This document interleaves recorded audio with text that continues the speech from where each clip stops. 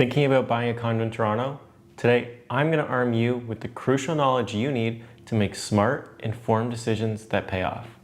I'm Eric D. Realtor, and although the condo market has slowed down, condos still remain a popular choice for many. But a bad decision can cost you dearly. That's why I'm here to share 5 critical mistakes you need to avoid to ensure your investment is a success. I'll dive into the latest market insights, practical tips from my own experience, and key strategies to keep you ahead of common pitfalls. So listen up to make sure your next condo purchase is a smart one. The first mistake people make is looking at real estate like it's the stock market. It's easy to hear rumors or media hype about dramatic market changes, like, did you see the market jump 10% this month? You see that in the news a lot. Or, do you guys remember when the media put out this headline and I made a video about it? Where are we now? Following a seasonal trend, but following it at lower numbers than last year. See my point? Fluctuations in price statistics happen over month-to-month periods, and it might lead some to believe that quick buys and sales are a surefire strategy. However, real estate, particularly in the condo market, doesn't operate on such short cycles. Real estate investment requires patience. The typical market cycle for real estate moves through phases over 3 to 5 years. This means any significant appreciation in your investment will likely take at least that long to materialize, not just a few months. A full market cycle, which includes recovery, expansion, oversupply, and recession, can take anywhere from 10 to 18 years. Because of this, it's crucial to enter the condo market with a realistic mindset. Expecting your investment to appreciate dramatically within a year is a setup for disappointment and could lead you into some financial trouble. Instead, base your expectations on the market's historical performance and current trends. If you're looking for a solid investment, aim for properties that offer potential for stable rental income and gradual appreciation over time. The second mistake I see people making is buying with your emotions. Now, there are 2 common emotional pitfalls. The first being the general fear of missing out. Now, this one is a dangerous motivator, particularly in today's shifting market. Unlike the consistent upward trend before winter of 2022 really, their current market is less forgiving. Buying a condo because you fear someone else might snatch it up, because you're tired of searching, or because you believe prices will keep rising indefinitely can lead to major regrets. The second way people buy with their emotions is falling in love with everything about the property and letting it cloud your judgment. Falling in love with the property is great, and you really want to see that. It means the property is right for you. But don't let that love allow you to overlook the $1 a square foot maintenance fee, or the rude concierge, or the peeling paint by the balcony door indicative of water damage. Your realtor can play a crucial role here. If you're getting swept away, they can help you refocus your attention on key details like, is the location actually perfect? Does the floor plan make sense? Will your partner actually be okay with having their office in the dining room?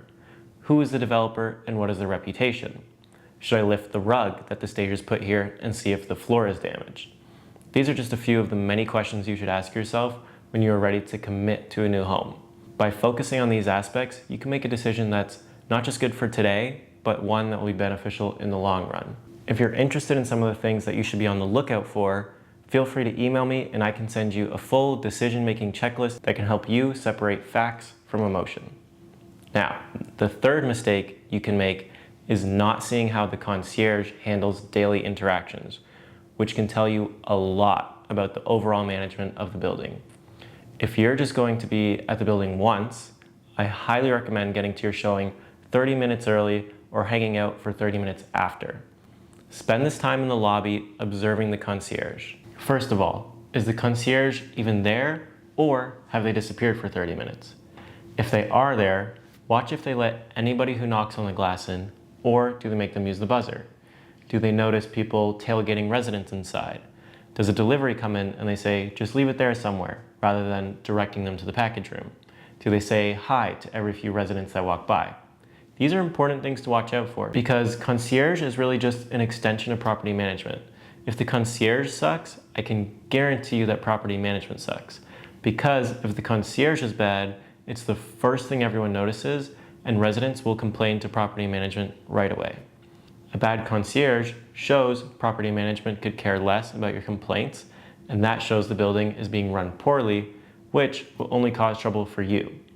It only takes about a year for Condo Corps to flip their concierge staff to a new company. So if the building is older than a year and the concierge is bad, steer clear. You'll have all kinds of problems. The fourth mistake you can make is being tempted by new and shiny pre-construction projects. Although the current market is seeing a 15-year low in new condo sales and there are basically no new sales launches, it wasn't long ago when everybody was constantly bombarded with ads promoting new projects. The glossy brochures and the promise of a brand new home can be compelling, but they often distract from the essential research needed. Here's why it's crucial not to skip the fine print and to do your research. First off, project delays and changes. Pre-construction projects can face significant delays. What was supposed to take 4 years might extend to 8 or 10. Changes to the initial plans can also occur, which might not fully align with what you envisioned. Examples of this can be found in a few of my other videos where I discuss the pre-construction market and severely delayed or even canceled projects. The next reason to read the fine print is development charges. Developers often reserve the right to increase costs associated with construction. This can leave you with extremely high development charges come closing time. So make sure you understand what financial liabilities you might face and how to protect yourself the best you can. Another reason to do your research is to look at the developer's track record. Not all developers are created equal. Research the past projects extensively. How timely were they? Did the finished buildings meet the promotional promises? Did the project or the developer end up making news headlines for bad reasons? Book a showing at a past project of theirs and check out the build quality.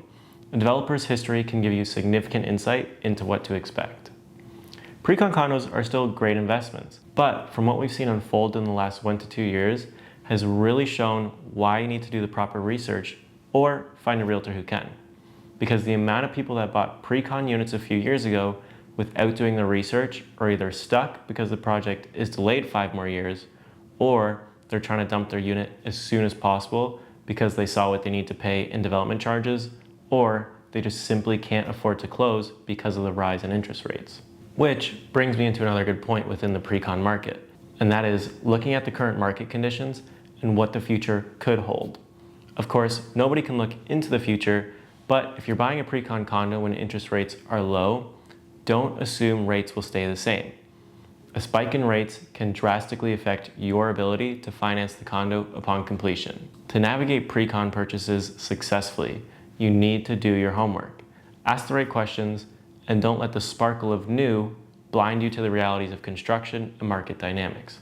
Remember, informed decisions are the safest route to a strong investment. The fifth and final mistake you can make when buying a condo is not understanding the community composition of the building. Knowing whether your neighbors will be predominantly owners or tenants can significantly influence your living experience and the building's environment.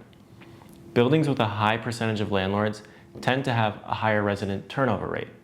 This can lead to a lack of community feeling, which isn't ideal if you're looking for a stable and engaged community. Tenant-heavy buildings can also experience fluctuating rental rates and may even struggle with maintenance issues due to less communication between owners and property management about certain issues. Living in a building where there are more owner-occupied units can create a stronger sense of community, which can really enhance your quality of life. Owners are also the ones attending condo board meetings, which is where many issues get addressed.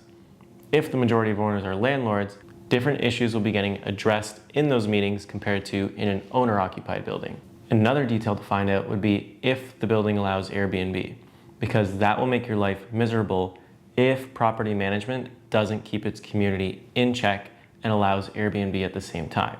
It's a recipe for disaster, so steer clear of those types of buildings. Another important consideration if you're planning on being a landlord is competition.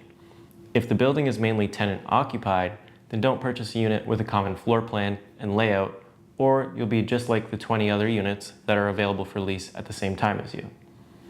Before purchasing, the easiest way you can find out about the number of units in a building that are leased is through the Periodic Information Certificate. Now, the majority of the time, this document will be in the status certificate package.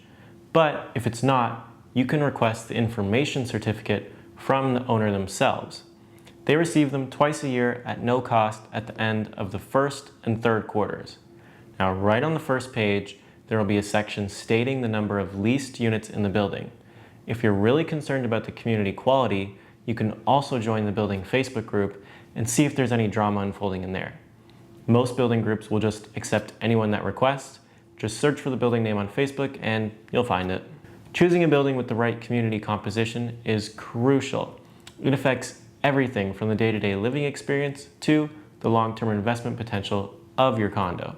So make sure you consider this aspect carefully and ensure the community aligns with your lifestyle and investment goals. And there you have it. 5 critical mistakes to avoid when buying a condo in Toronto. Remember, being well informed is your best strategy for a successful investment. I covered the importance of realistic financial expectations, the pitfalls of emotional purchasing, the challenges of pre-construction projects, the significance of effective property management, and the impact of community on your living experience and property value. Buying a condo is not just about finding the right place. It's about doing the right research, asking the right questions, and having the right expectations. Navigating the condo market can be complex, but you don't have to do it alone. I'm always here to help you through every step of the process. If you're ready to start your condo search, or if you have any questions about the market, please feel free to reach out to me at any time. You can find my contact details in the video description down below. If you found this video helpful, make sure to like and subscribe for more real estate content. And of course, don't forget to share this video with anyone who might be contemplating a condo purchase. Thanks for watching.